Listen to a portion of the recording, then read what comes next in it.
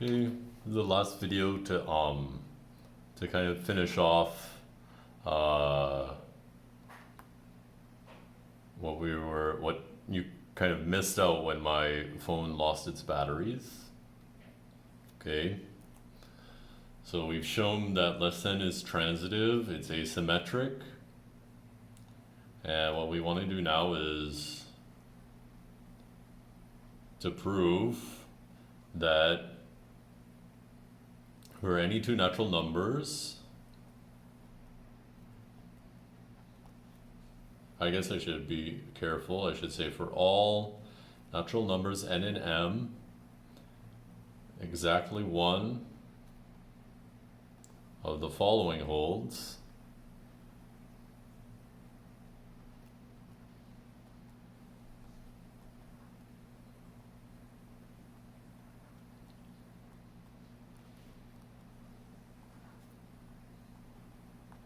Okay.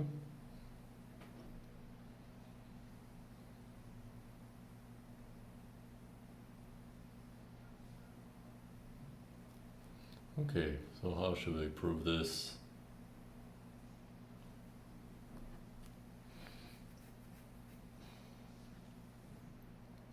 Okay, let's just do let's call this statement P of n. P of n is a statement either, I guess it's a statement for all m, either n is less than m is less than n, or m equals n. And then after we prove this, we'll do the exactly. The exactly one follows from what once we show that at least one of these holds, the exactly one follows from transitivity and asymmetry. Okay, so we really just have to show this. Okay, and we'll do it by induction. P of 0. We know, we've already shown that 0 is less than or equal to m for all m. That was the first thing we did by induction. Okay, of course you can see that this means that 0 is less than m or 0 equals m. So of course one of these three things holds. Okay, so P of 0 holds. That completes the base case. Okay, now assume P of n. Okay.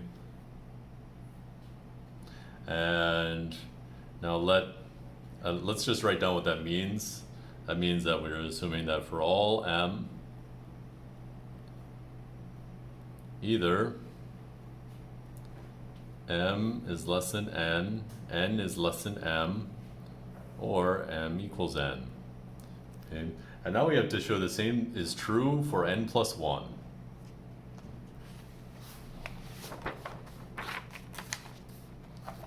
Okay. So let m be a natural number, and our goal is to show that either m is less than n plus 1, or n plus 1 is less than m, or m equals n plus 1.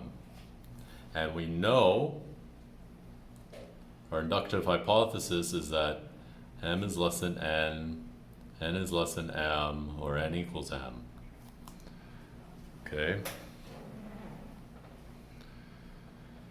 Okay, and notice that if we are in this situation or this situation, let's see, if we're in this situation, then since n is less than n plus 1 and less than is transitive, we have m is less than n plus 1. And if we're in this situation, since m is equal to n and n is less than n plus 1, we have m is less than n plus 1. So if we're in either of these situations, we're okay. The trick is really this one. We have to show that if n is less than m, then either n equals m plus, we have to show either, we have to look at n plus 1. So you have to show m equals n plus 1, or m is bigger than n plus 1. Okay, so we have to concentrate on this.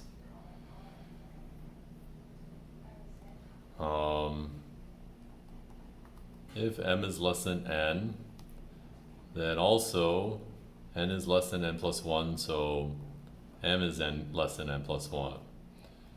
If m equals n,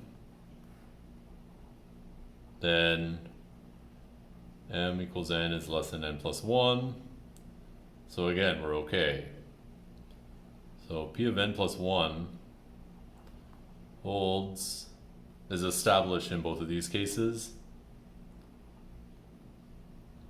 And the only remaining case is that a case of that n is less than m.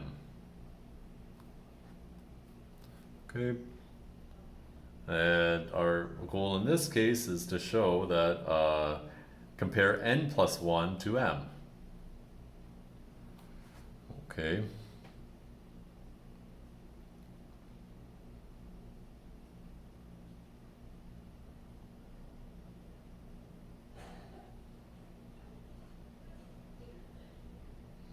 Okay, so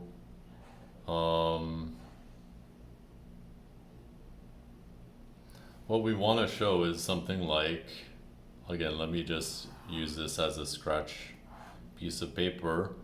We want to show something like if n is less than m, then n plus 1 equals m, or n plus 1 is less than m.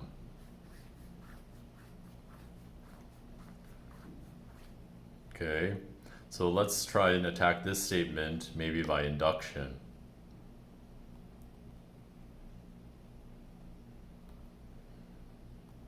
Okay, just as scratch work.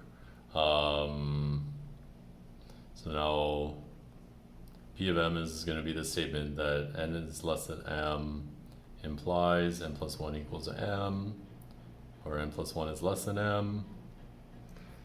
Okay. P of 0 is vacuous. So again, this is just our scratch work, so let's try and work it out. So P of 0 is true. Assume P of m.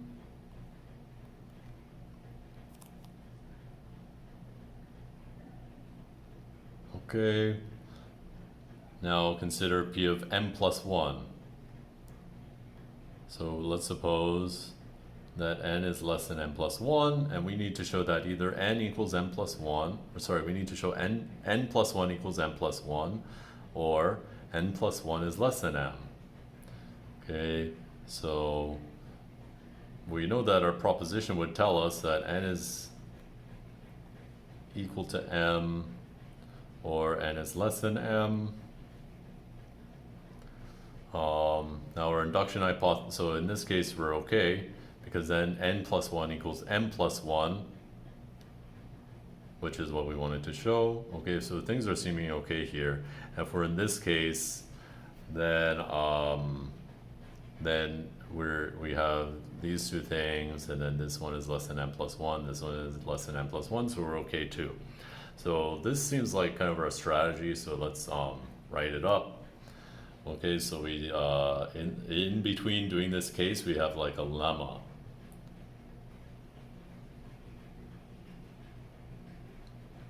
And our lemma says that if n is less than m,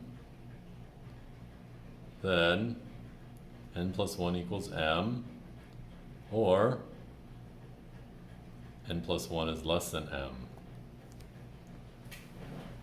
Okay. Notice this is different than the proposition we proved before, so it does require us to go back and prove it.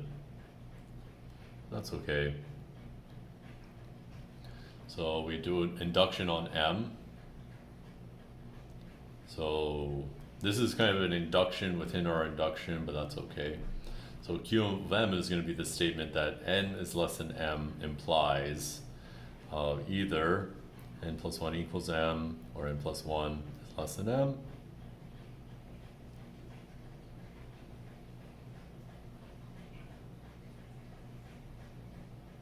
Okay. Q of 0 is a statement that n is less than 0 implies n plus 1 equals 0 or n plus 1 is less than 0. This assumption is never satisfied, so this implication is always true, or in other words, is vacuously true. Q of 0 holds vacuously. Okay, now assume Q of m, that is, that if n is less than m, then either n plus 1 equals m or n plus 1 is less than m. Right. Now suppose that n is less than m plus 1, and we have to establish that either n plus 1 equals m plus 1 or n plus 1 is less than m plus 1. Okay, so previous proposition tells us that n equals m or n is less than m. That's the previous proposition. Okay, so we just handle both cases. Case 1, well, that's when n equals m. Well, of course, then n plus 1 equals m plus 1.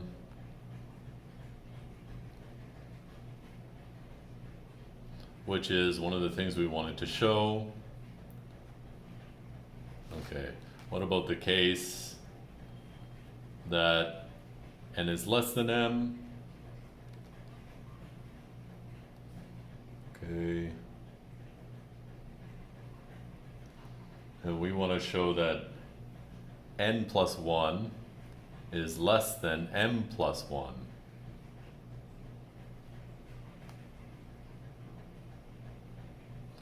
Okay, but we know that n plus 1 is either equal to m or less than m.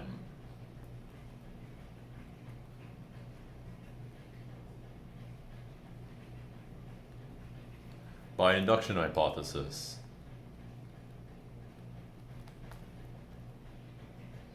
Okay, so now in this case we have two cases to deal with, but they're kind of similar, you know, so let's see what happens.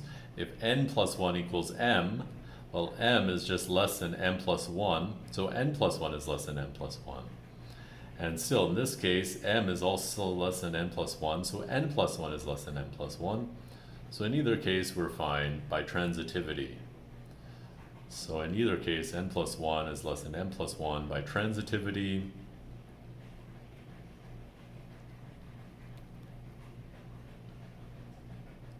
Okay.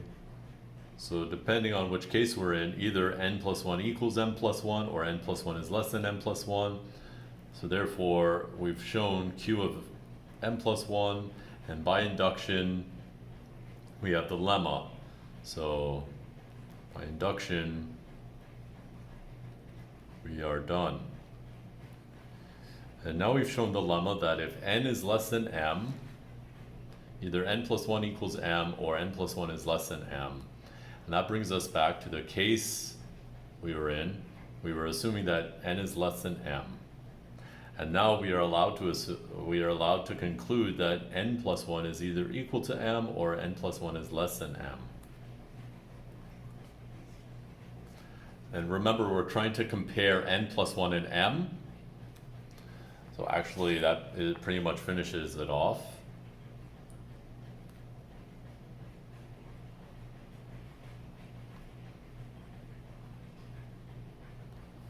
Okay.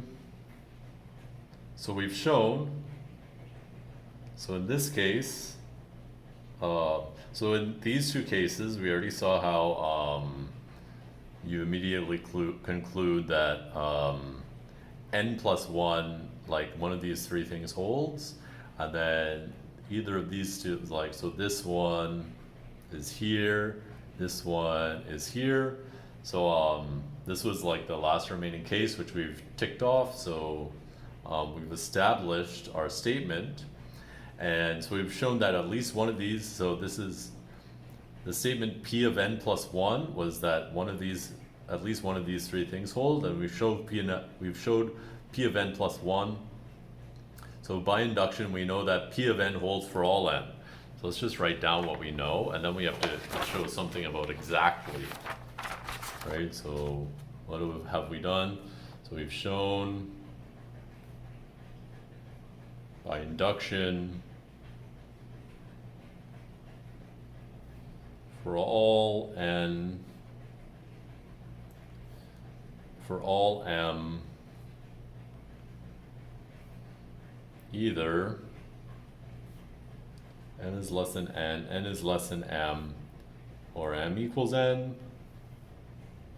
But here the or is inclusive, and what the next part is, we need to show that it's exclusive, meaning that no two of them can happen. Okay, so now we need to show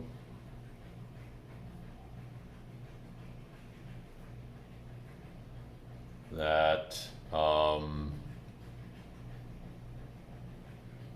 exactly one of the above holds.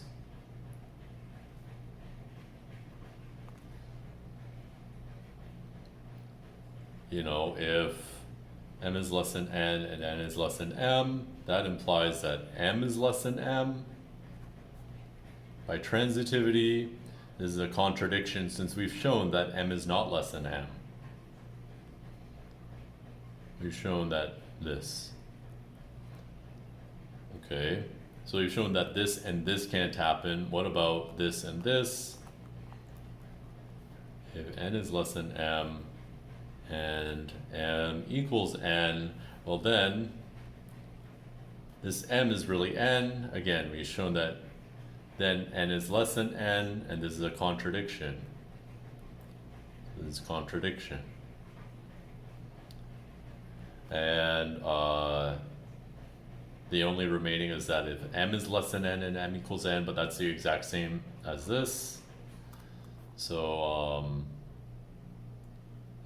so exactly one of m less than n, n less than m, m equals n holds. And that is the end of the proof.